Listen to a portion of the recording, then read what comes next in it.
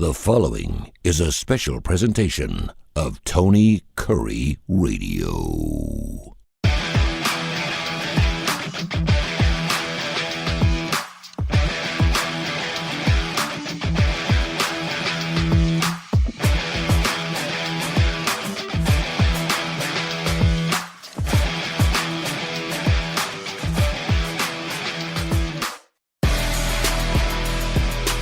Super excited about a brand new show here on Tony Kurre Radio.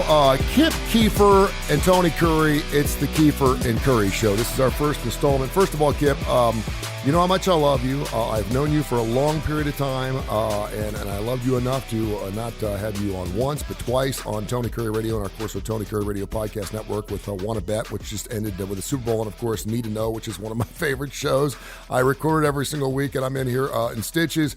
But thank you so much, and of course, I was trying to do some math, and I think between the two of us, we have about 40 or 50,000 years of sports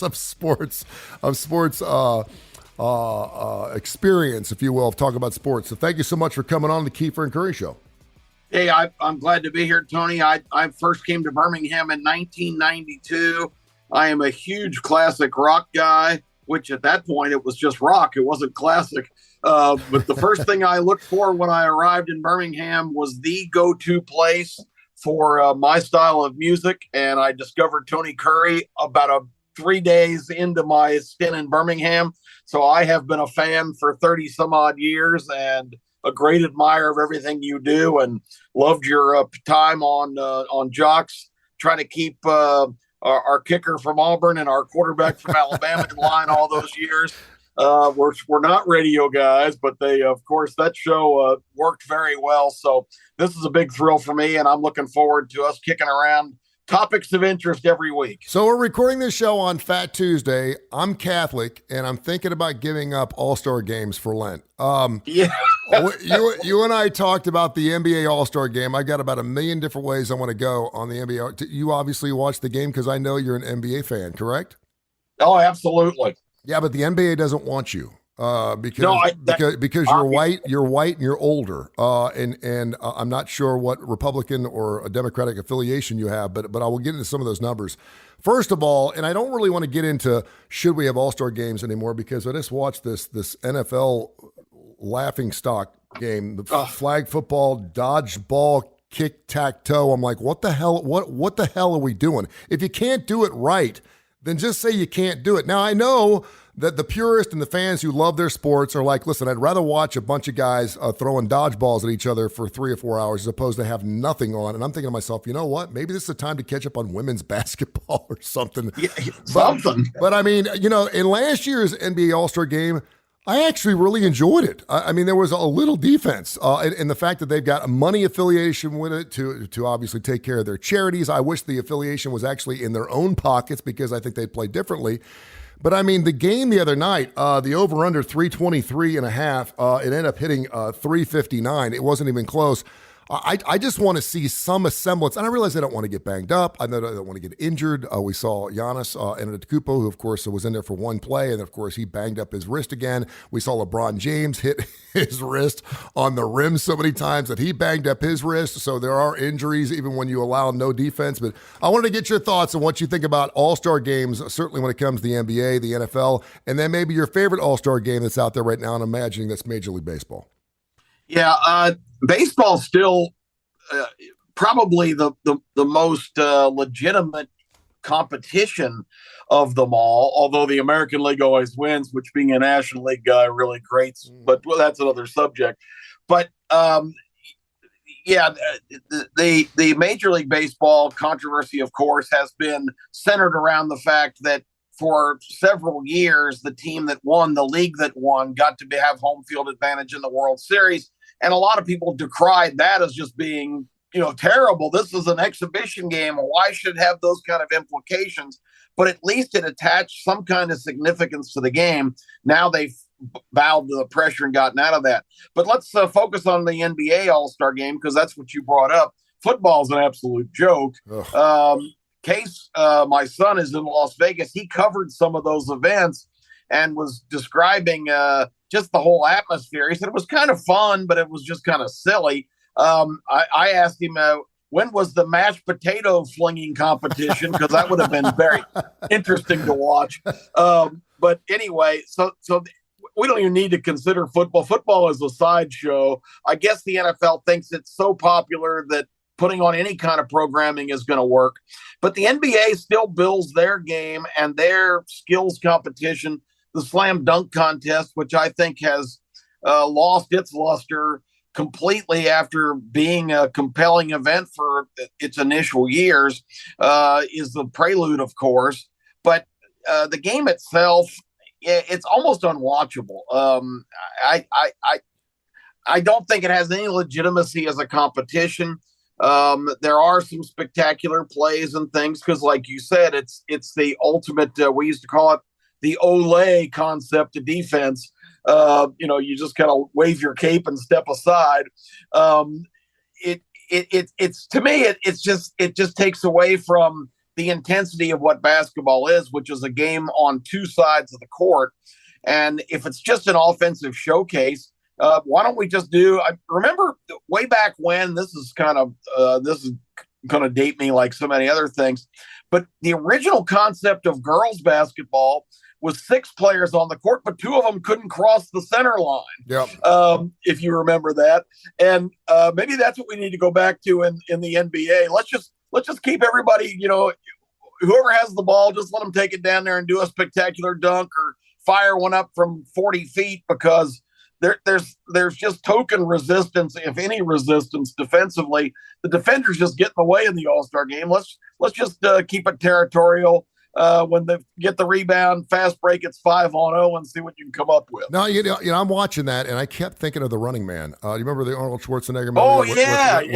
Oh, with Dawson, because you're watching this show, and if you've never seen it, it's a great movie. I think it was set probably 25, 30 years ago, and obviously it's a gladiator type of thing where they're trying to kill a guy, but it turns into be just a huge entertainment type of thing, where there's music being played and there's crowds screaming and everything else, and you're like, and this is all in the death of a man, and I think this is maybe in the death of an All-Star game. In between watching Burma Boy, who I don't know who the hell Burma. Listen, I'm 57. I'm turning 57 in a couple weeks. I think my brain's about 37, and I feel like my body's around 27. I don't know who Rima or Rema is. I don't know who the Tims are. I do know who Post Malone is. I was so out of my element watching the All-Star game the other night. And the first thing I thought of, and I'm sitting there watching with my 18-year-old son, and I like the NBA. I'm not one of those guys where there's fouls every time, and I love college basketball as much as I like the NBA, and I like NBA as much as the college basketball. And it may be because, much like you, I have a younger son who's really taught me how to really enjoy the game. I've been to Memphis several times. I'm going to see them play the Lakers later on this weekend, and they got my money. It's going to cost me $800 to go watch the Lakers and the Memphis Grizzlies play this weekend, and I thoroughly enjoy the game. But I felt like such an outsider watching the All-Star game and its festivities. And I'll go back to a couple of years ago. I think it was what was the band that played the halftime show? Shut Up and Dance with Me. Whoever sings that song actually did a halftime show, and it was the most uncomfortable band I've ever seen because they were a pasty white band. You got Adam Silver, who's 60 years old, looks nothing like the face of the league that he represents. And then I started going through some numbers and looking at some things, and I want to share those with you.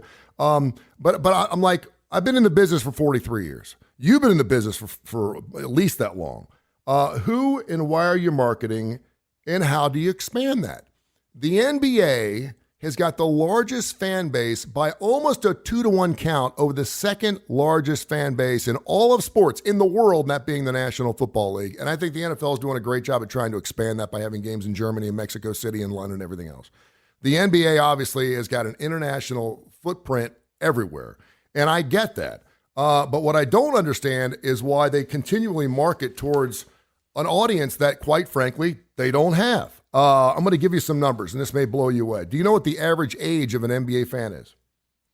I would guess somewhere in maybe the upper 40s. Let's go 37 years of age. I thought that was older than I thought it would be, just because I've been to games and I see a lot of kids that seem like they got a lot of money. I don't know where they get it from that are in their 20s.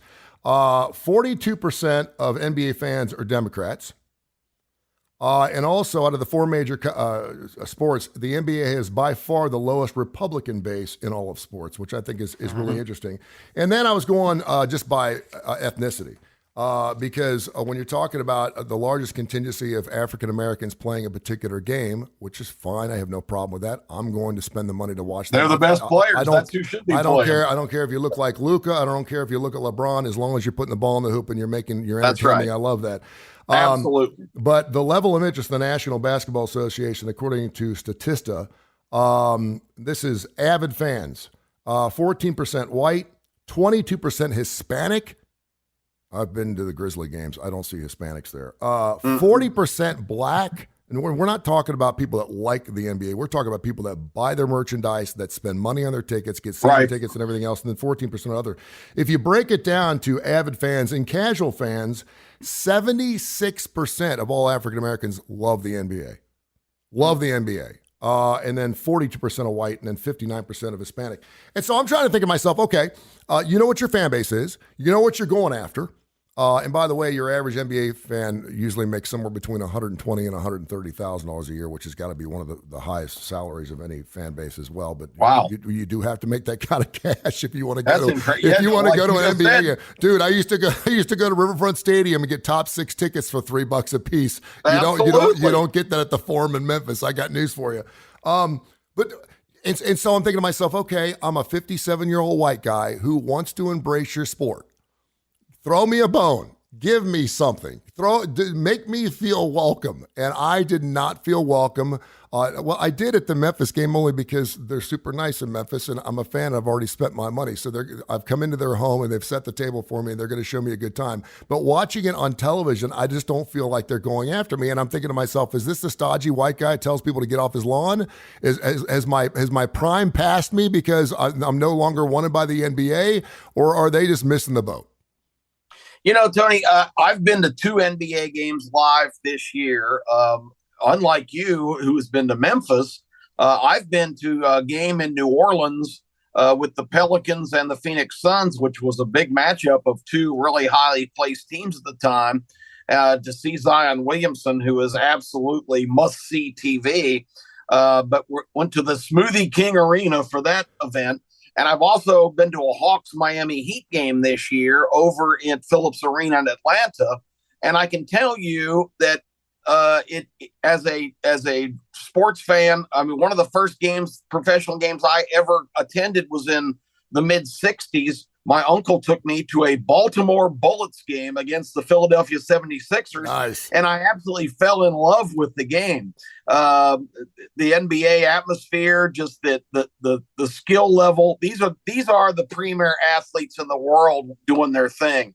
And it's just a beautiful thing to watch. So my point is, going to both those games I went to this year, and I had the same impression last year, but I think it's even gotten worse, is my fan experience is so negative that the game to me is like an afterthought. It's like, okay, we've got this game, but now we need to build all kinds of things around it because people don't have the attention span to just sit there and watch the game. It's incredible, Tony. Atlanta's worse than New Orleans in this particular. One thing I cannot stand is there's a guy with a microphone. You know, you have the PA guy who goes out of his mind if somebody makes a shot, or in Atlanta's case, this guy is kind of, if it's an offensive foul against the other team, he says that foul was offensive. I mean, it's a comedy act too. But there's another guy with a microphone, and we've seen this, remember in college football back in the day, the cheerleaders always had a microphone with a small little box right in front of the student section. But now this guy a different guy has a microphone, and it's just blaring loud over the whole PA system. And I poked my son the last game we went to and said, is that the PA guy? And he goes, no, that's the shout leader. I said, the shout leader? You got to be kidding me. And this guy, Tony, every time it could be a 45-point game. Yeah. And every time the possession changes to the road team, he starts yelling into the microphone, defense, defense. Yeah. I mean, that's supposed to be a crowd thing. That's not supposed to be, you don't need a shout leader. So that's the first thing that alienated me. And he's always saying, let's go. And I don't need a PA cheerleader. But also in New Orleans, they're the worst offenders in this case. They announced for the game proudly, we've got 4 pop-up concerts for you in the midst of the game. So during a timeout or between quarters, these performers run on the stage or run on the middle court, and in the loudest atmosphere possible, they're just playing, really super heavy bass rap music, which, I've got no problem with rap music. I know when I was a kid with my music, probably it wasn't the favorite of my parents, but that's just really not my style. But I can't even imagine how coaches can even talk to their teams. It's blaringly loud and it's continuous. And then here's the worst thing.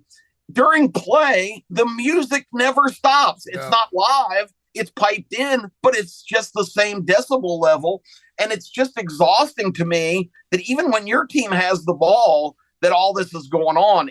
The fan experience for me is ruined. I'm there to watch the game, not to enjoy all of the sideshows. And they've got, of course, thousands of promotions. There's always some kind of contest where they're playing some kind of game where somebody has to guess this or pick that. And, to me, it just takes away from the whole experience of going to watch one of the most spectacular athletic contests you can possibly see. I was told Walk the Moon was the band, that pasty white band that played the NBA All-Star Game a couple of years ago, and it was so uncomfortable. Shut Up and Dance with Me, which is, if you saw the halftime show of the All-Star Game and the opening of what you saw with Burma Boy, it was night and day. And quite frankly, again, I brought this up, Adam Silver is going to turn 61 coming up here in a few weeks. Do you think he listens to some Burma Boy on the way out of the All-Star game from Salt Lake City? I would not think so, no. I don't think so either. Now, listen, you're talking to a guy that used to do the PA for the Birmingham Fire back in 1992 for the Malou family. Right. And at the time, I was on top of the world singing Looking Down on Creation. I was getting after it. And they wanted a guy that was going to get out there and really push some buttons, and they really wanted me to. And the only reason I did it was $75 a game. They had 6 home games, so I made like $400.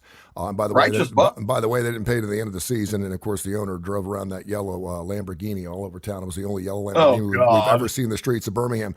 And I made out with his sister. But that's a different story for a different time. And she only did that because I was on Rock 99.5 and she wanted me to give away free tickets. She knew that I would talk about the Birmingham Fire if she was giving me some lip service on the backside. Nice. So yeah, it worked out really well for both times. Yeah, that's a win-win. She flew me all over the country. It was wonderful. And she was fun to look at. She looked like Peg Bundy, by the way. Okay. Yeah, she was fake from top to bottom. I'd have it no other way.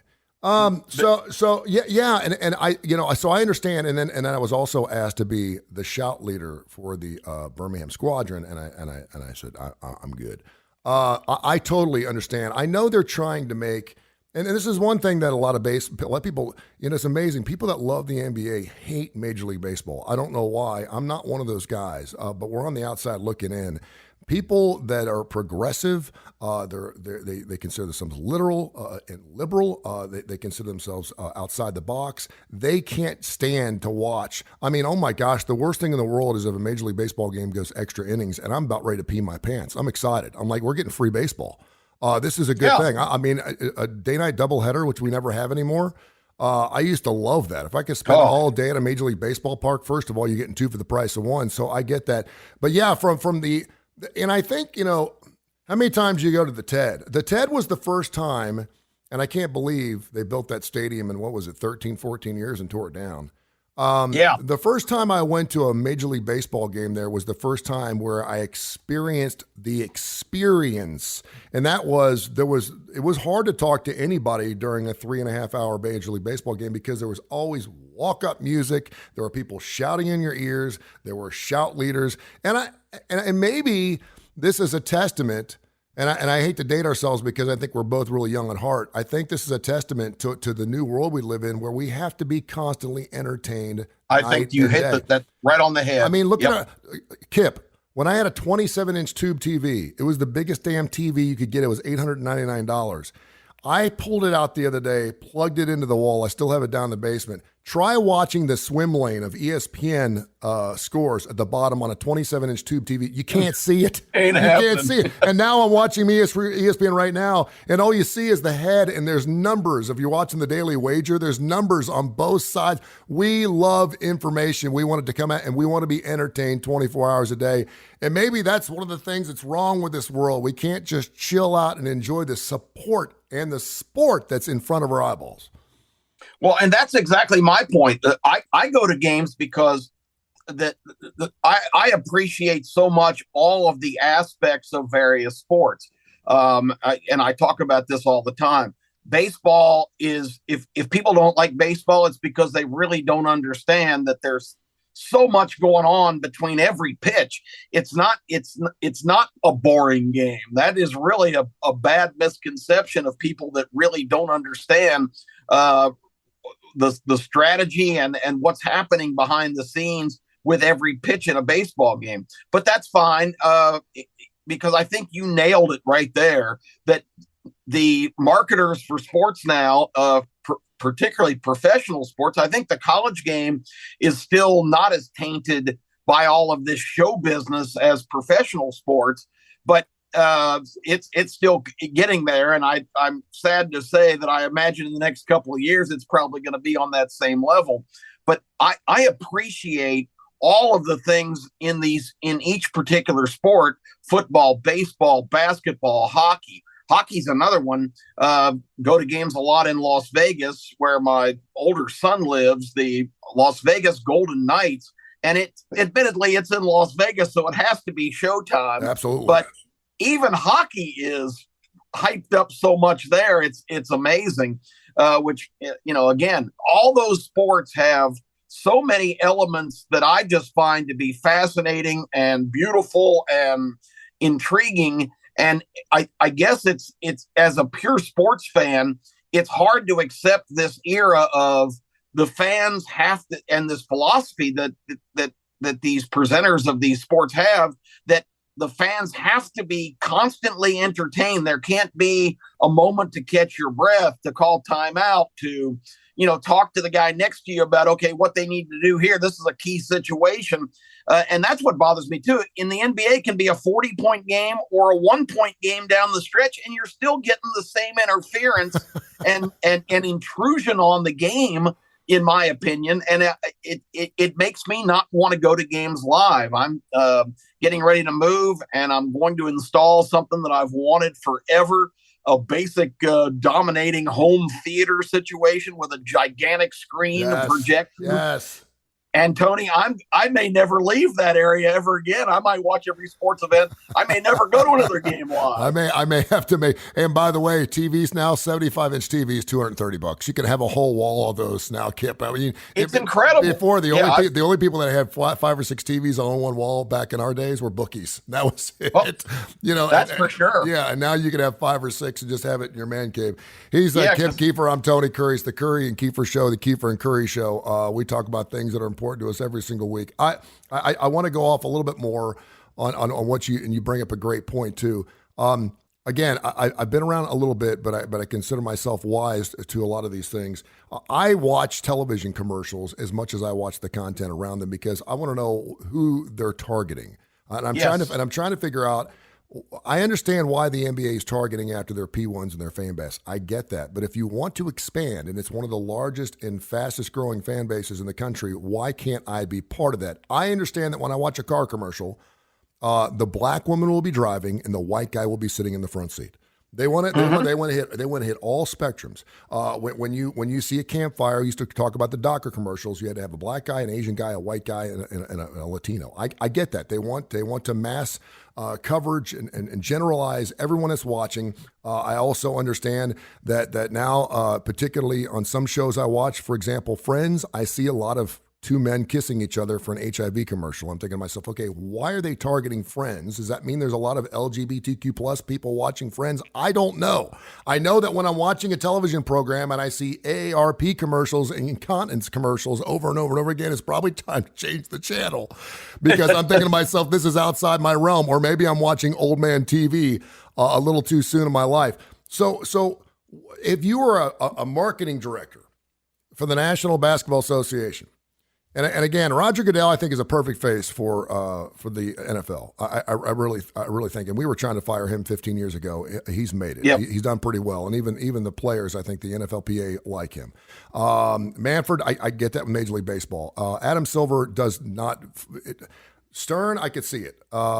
Silver doesn't fit in at all. But who are they marketing, and why are they marketing after those particular fans when you talk about the NBA? Because I want to watch the NBA. I totally agree with you. A lot of people say there's fouls, they travel in every play. I think it's like watching you and I play tennis on a Saturday than watching Wimbledon on Sunday. I think it's just much better players who have honed in on their skills. The game's so much faster. I think it's so much fun to watch. But I want to be part of that fan base, and I want them to market things at me, and I never feel like they do. Yeah, it's certainly, we're not the target audience at all. And it's kind of amazing to me that you mentioned before, I would say that a lot of what you see is, and I know from being a marketing director, I know 25 to 54 is supposedly the dominant group that you try to gear your advertising to. It's the money shot, yeah. Yeah, but I don't see beyond the mid 40s or even maybe 240. I think it's more 25 to 40 is what they're really aiming at. And Tony, you just mentioned how much it costs to go to an NBA game. Why is that the target audience? Because you would think those are the people that are least in position, no doubt, to and maybe it's some kind of long-term strategy to cultivate these folks and get them, really hooked on the product. So when they do reach the point where they have the disposable income to be able to start going to games, that they're already, firmly on board. That's all I can figure, because, the 20 somethings I know, and I've got sons that have just gotten out of that range. I've got a 34 and a 30, but they both absolutely love the NBA, and they are both in position, if they want to, that can go to games. But a lot of the 20 somethings I know, are still starting out and still living in their parents' basement, and they're not going to be going to any games. So I don't know why that seems to me to be the target audience. And I don't know why they feel like they need to develop those folks at this stage. Maybe it's some kind of long-term strategy, but it's a head scratcher for me, because again, the in-game experience when you actually go to a game, obviously there's no thought on their part that, somebody sitting here in their early 60s like I am is gonna be I'm not uncomfortable, but it's annoying. Oh, and it takes my enthusiasm for being at the game away, which that shouldn't be happening. I mean, and again, it really bothers me that at key points, and I just mentioned this before, but I can't say it enough times, at key points of the game where the game needs to be what's happening, it doesn't alter the entertainment schedule whatsoever, which I just find to be ridiculous. No, and I look at the fan base too. I mean, if you look at a college, or let's go National Football League, because we're talking NFL and NBA. You look at an NFL fan base, say 3-4 rows up, sitting on the 50 and what they're wearing, and then you look at an NBA fan that's sitting on the floor, it's insanely different. I mean, first of all, NBA fans, the women that are associated with the fanatics of the NBA are much better looking. I saw so many couples at an NBA game, and I've been to maybe 7 or 8 NBA games just over the last couple of years. I see so many more couples at games, and people that you just would not imagine being matched up anywhere outside the FedEx Forum or the Phillips Arena or anywhere else. It's just amazing. And again, we're talking, and I hear you talk about this on Need to Know all the time. We're talking about, we're hurting for cash. We're having a hard time making ends meet. We got inflation, we got recession, we got all these things going on. And we're talking about people that are crying on TikTok because they can't afford a $1,700 Taylor Swift ticket. I'm probably going to take another job in order to go to this Lakers game this weekend. But I'll do it for my kid because it builds memories. But yeah, I just think we have our priorities all mixed up a little bit when it comes to fan bases. But people keep going, and I will be down at Legacy for the big March Madness situation, which I'm so happy is coming back to the Birmingham area, so we can talk about that a little bit as well. That's great. Yeah. Hey, Kip, great show, man. Greatly appreciate you. The Keefer and Kurre Show, of course, we're going to run this at least 5 times a week on Tony Kurre Radio on the TKR app. Thanks to the 100,000 folks who've already downloaded the app. They listen to all of our shows. Listen to Kip's Need to Know show. It's on every single day of the week. And then, of course, if you love our show, podcast at Tony Kurre Radio Podcast, wherever you get your podcast. We're available all over the place indefinitely. You can check out all of our shows right here, and we'll do a new show every single week. Next week, I'm going to let you pick the topic and tell me where you want to go, and I'll hop on board. We'll get after it. Okay, brother? I can't wait. This has been a lot of fun, and I hope some folks just like Need to Know. I hope we have some information there that will spark some thought, because provoking thought is what it's all about at this time. This has been a special presentation of Tony Kurre Radio.